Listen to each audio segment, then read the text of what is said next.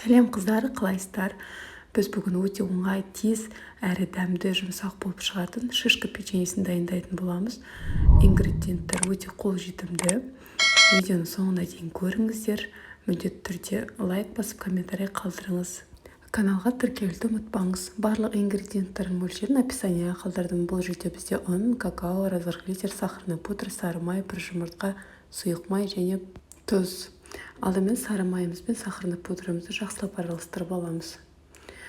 Кейін оған сұйық майымызды құйып, тағы да жақсылап араластырамыз. Шым-шым тұз салып, тағы да араластырамыз. Кейін бір жұмыртқамызды салып, тағы да жақсылап араластыратын боламыз. Сухой ингредиенттарды бір-біріне қосып, тағы да араластыратын боламыз. Бірінші осылай венчиктің көмегімен, кейін қолмен араластырып, жақсылап қамыр илейтін боламыз. Қолға жабыспайтын өте жұмсақ қамыр шығуы қажет. Қамырымыз дайын болды, енді жұмыс жасай беруімізге болады. Дайын болған қамырымызды бірнеше бөліктерге бөлетін боламыз. Бірінші бөлігін жасап көрсетейін.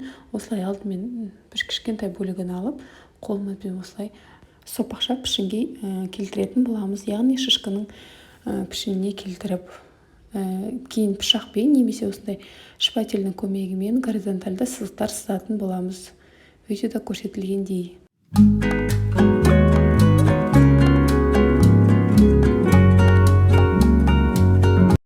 Міне бізде осындай әдемі шишка тәріздес печеньеміз дайын болды.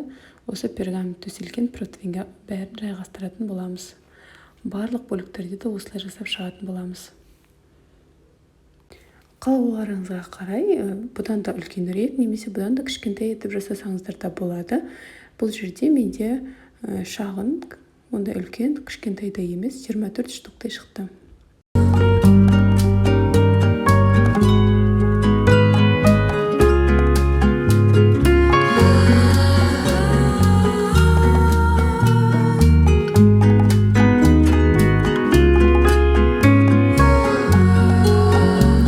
Противеньге барлығын жайғастырып болдым. Енді қызып тұрған пеште 180 градуста 15 минуттай пісіретін боламыз. Сіздердің духовкаларының градусы мен уақыты басқаша болуы мүмкін. Соған назар аударыңыздар. Печеньеларымыз дайын болды. Өте жұмсақ әрі дәмді болып шығады. Міндетті түрде жасап көріңіздер. Сіздерге бір жасаған анық ұнайтынына сенімдімін. Видео ұнаса лайк басып, комментарий қалдырыңыз. Ас болсын.